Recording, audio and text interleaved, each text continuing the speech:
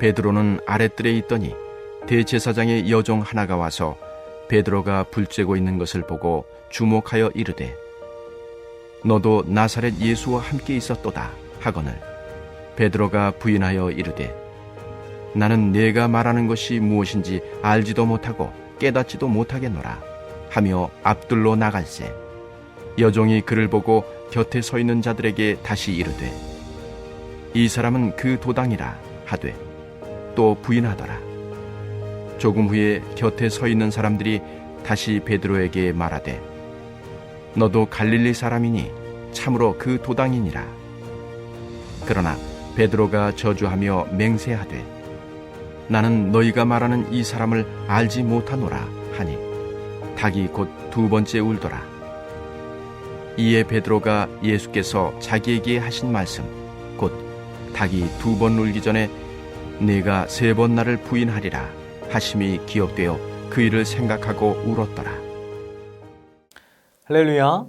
오늘도 예배드리는 심령마다 하나님의 사랑과 은혜가 충만하기를 축원합니다. 여러분, 사람을 만물의 영장이라고도 합니다. 그러나 성경은 우리 인간이 연약한 존재임을 지속적으로 말씀하고 있습니다. 그런 연약한 우리가 풍요롭고 풍성한 삶을 살 수 있는 비결을 성경은 말씀해 주고 계신데요. 그것은 바로 우리가 우리의 창조주, 그 전능하신 하나님 안에 거하는 것입니다. 바라기는 오늘 말씀을 통해 연약한 우리가 능력의 주님을 늘 붙잡으심으로 그리스도 안에 풍성한 삶을 누리시기를 예수님의 이름으로 축원합니다. 여러분은 번지점프를 해보신 적이 있으십니까? 과거에 한창 연예인들이 어떤 벌칙이나 미션으로 번지점프를 했던 적이 있었습니다. 이때 많은 연예인들이 그 번지점프대 앞에서 두려워하고 주저하며 한참을 머뭇거렸습니다. 심지어 어떤 경우는 울기도 하는 모습을 본 적도 있습니다. 저는 그 장면을 볼 때마다 사실 잘 이해가 되지 않았습니다. 뭘 저렇게까지 뜸을 들이고 주저하고 있나? 한 번에 뛰면 되지라는 생각이 들었습니다. 만약 내가 그 자리에 있었다면 여유롭게 그리고 포즈도 멋지게 잡고 뛰어내릴 수 있을 것만 같았습니다. 그러던 어느 날 가평에 갈 일이 있었는데요. 가평에는 우리나라에서 유명한 번지점프하는 곳이 있었습니다. 멀리 온 김에 한번 방문하여 번지점프를 해보고 싶은 마음이 들었어요. 그래서 실제로 그곳으로 갔습니다. 여러분, 제가 번지점프를 했을까요? 안 했을까요? 네, 하지 않았습니다. 더 정확히 말하면 올라가 보지도 못했습니다. 실제로 그것을 보는 순간 그 높이와 모습에 압도당했어요. 그저 아래에서 위를 쳐다보는데도 마음에 공포심이 들었습니다. 그래서 시도는커녕 포기하고 구경만 하다 돌아왔던 기억이 납니다. 여러분, 이렇게 우리가 막상 생각했던 것과 실제 상황을 마주할 때 다른 경우를 경험하게 되죠. 머리로 생각할 때와 그 상황이 벌어졌을 때 전혀 다른 반응을 보이곤 합니다. 오늘 말씀의 모습도 이와 비슷합니다. 오늘 본문은 우리가 잘 아는 베드로의 부인 장면입니다. 이 베드로의 부인 장면이 우리가 더욱 인상 깊고 더욱 눈에 띄는 것은 그 누구보다 호언장담을 많이 했고 예수님을 가장 열정적으로 그리고 적극적으로 따랐던 사람이기 때문입니다. 예수님께서 십자가를 앞에 두시고 말씀하시죠. 너희가 다 나를 버리겠다라고 하실 때 베드로의 고백이 무엇이었습니까? 베드로가 여짜오되 다 버릴지라도 나는 그리하지 않겠나이다. 아주 강하게 말합니다. 나는 아니라는 거예요. 다른 사람은 다 그럴지라도 저는 주님 아닙니다. 여러분, 베드로가 주님 앞에 이 말을 할 때 조금도 자신을 의심하지 않았을 것입니다. 심지어 마가복음 14장 31절에 보면 베드로가 힘있게 말하되 내가 주와 함께 죽을지언정 주를 부인하지 않겠나이다. 이렇게까지 말합니다. 아마 그 순간 그 베드로의 고백은 어떤 거짓이나 위선이 아니었을 것입니다. 정말 그럴 수 있겠다라고 그는 생각했을 거예요. 그러나 예수님께서 실제로 잡히시고 고난 당하실 때, 그 상황을 베드로가 실제로 마주할 때 베드로의 연약함이 그대로 드러나게 되었습니다. 베드로가 대제사장의 뜰에서 종들과 함께 불을 쬐고 있을 때 한 여종이 베드로에게 와서 그에게 묻습니다. 당신도 예수와 함께 있었던 자가 아니냐? 이에 베드로의 대답이 무엇이었습니까? 나는 그를 알지도 못하고 깨닫지도 못하겠다. 중복된 표현으로 확고하게 예수님을 부인합니다. 여러분, 우발적인 변명이 아닌 의도적인 부정이었습니다. 그리고 난감한 베드로는 아랫뜰에 있다가 장소를 앞뜰로 피합니다. 불을 피해 좀 더 어두운 곳으로 드러나지 않게 그가 숨은 것이죠. 그러나 다시 여종이 베드로에게 질문합니다. 당신도 예수와 같은 당 아니냐? 여종의 거듭된 고발에 베드로는 두 번째로 예수님을 부인합니다. 죽기까지 따르겠다. 장담했던 베드로가 이 작은 여종의 질문에도 예수님과의 관계를 거듭 부인하고 만 것입니다. 그리고 세 번째로 사람들이 베드로를 알아보고 내가 예수와 함께 다니던 자가 아니냐라고 말하자 베드로는 예수님을 저주하며 맹세까지 하며 예수님과 자신의 관계를 부인하고 말았습니다. 아마 예수님의 제자임이 밝혀지면 자신도 예수님처럼 잡히고 고난당하고 죽을 수 있겠다라는 이런 공포감이 그의 마음에 들었을 것입니다. 그리고 베드로가 예수님을 3번 부인했을 때 닭이 2번 울었습니다. 그 순간 베드로는 예수님이 하신 말씀이 생각나 통곡을 하였습니다. 이제야 자신의 연약함, 자신의 실체가 드러났던 것입니다. 호언장담했던 큰 소리치던 베드로는 완전히 사라지고 말았습니다. 그렇게 장담했지만 죽음의 공포 앞에 다 무너져 내리게 되었어요. 여러분, 이런 베드로의 모습을 볼 때 어떤 마음이 드십니까?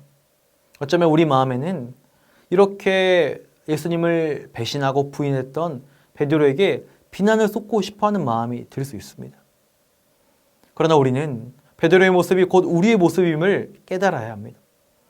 여러분, 베드로가 누구입니까? 처음 주님의 부르심 앞에 배와 그물을 즉각적으로 버려두고 예수님을 따랐습니다. 배와 그물을 버렸다는 것은 오늘날로 하면 그냥 교회를 나온 정도가 아닙니다. 자기의 전생애를 예수님께 드린 사람입니다. 그는 예수님을 따랐던 사람들, 그리고 제자 중에서 수제자였습니다. 가장 적극적으로 예수님을 따랐습니다. 3년 동안 주님과 동고동락하며 최고의 스승 밑에 집중 훈련을 받았습니다. 그런 베드로가 환경에 넘어졌다면 우리는 과연 어떠할까요? 베드로를 비난할 수가 없다는 거예요. 오히려 베드로의 실패는 우리를 겸손하게 만듭니다. 여러분, 아담의 후회는 다 동일하죠. 우리 안에 연약함이 있고요. 여전히 우리의 결심과 힘으로 이길 수 없는 죄의 욕망이 있습니다. 그러므로 우리는 어떤 경우에도 넘어지지 않겠다 자랑하지 말아야 합니다.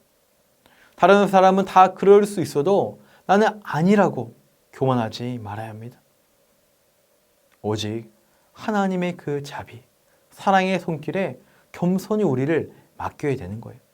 그 손길을 신뢰하며 그분 안에 거할 때에만 하나님께서 우리를 지키시고 우리를 새롭게 하신 줄 믿습니다.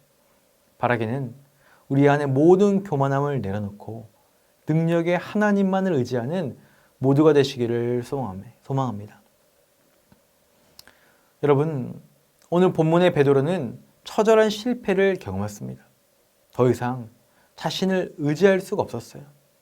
그러나 우리가 아는 것처럼 이것이 그의 끝이 아니라 다시 새롭게 세워지고 멋지게 쓰임받게 됩니다. 어떻게 그것이 가능합니까? 베드로는 여전히 연약하지만 예수님은 신실하시고 그를 일으켜 세워주시는 너무나도 좋으신 주님이기 때문이죠. 마찬가지로 하나님은 우리가 무너지고 실패한 그 자리에서 새로운 일을 행하기를 너무나도 기뻐하십니다. 회복의 하나님, 소망의 하나님, 역전의 하나님이십니다. 우리는 그 좋으신 주님으로 인해 우리의 실패의 자리에서 다시 일어날 수가 있는 것입니다. 주님은 마가복음 14장 28절에 말씀하십니다. 내가 살아난 후에 너희보다 먼저 갈릴리로 가리라. 먼저 가리라. 약속하십니다. 그리고 부활하신 주님은 약속하신 대로 디베레아 바닷가로 먼저 그들을 찾아오십니다. 주님 편에서 먼저 손을 내밀어 주신 거예요. 이로 인해 그 실패했던 베드로는 다시 일어나게 됩니다. 사실 인간적으로 보면 베드로 같은 사람을 다시 볼 이유가 전혀 없습니다. 가장 기본적인 인간적인 도리마저 저버렸던 인물이기 때문입니다. 그럼에도 우리 주님은 다시 찾아오십니다. 먼저 찾아오셨습니다. 여러분, 복음이 우리에게 희망이 되는 이유가 바로 여기에 있습니다. 성경 전체를 관통하여 우리에게 주시는 놀라운 메시지가 무엇입니까? 은혜입니다. 하나님의 은혜. 받을 자격이 없는 자에게 값없이 주시는 하나님의 놀라운 사랑, 축복, 은혜입니다. 하나님의 그 은혜로 말미암아 베드로는 실패에도 불구하고 다시 일어나게 됩니다. 그리고 회복된 베드로는 사도행전 전반부의 주역이 되죠. 더 이상 겁쟁이가 아니라 흔들림이 없는 진짜 반석이 되어 갔던 것입니다. 마찬가지로 우리 연약하여 넘어질 수 있지만 그것으로 끝나지 않습니다. 하나님은 우리를 망하도록 결코 내버려 두지 않으시고 회복시키시고 새롭게 하시며 승리를 주시는 놀라우신 주님이십니다. 그러므로 오늘 우리가 해야 할 일은 무엇입니까? 우리 연약함을 정직하게 인정하고 주님의 손을 항상 붙잡는 것입니다. 혹 연약하여 넘어질 수도 있지만 그때마다 좌절하거나 낙망하지 않고 우리 안의 자존심을 다 버리고 주님 앞에 엎드리는 것입니다. 우리의 다짐, 결단만으로 사는 것이 아니라 항상 기도의 능력, 하늘의 힘으로 살아가는 것입니다. 그럴 때 그 은혜와 그 능력이 우리를 부끄러움이 아닌 승리의 자리로 인도하여 주실 것입니다. 바라기는 오늘도 우리가 주님과의 깊고 친밀한 교제, 그 만남을 통해 하늘의 능력을 공급받기를 축원합니다.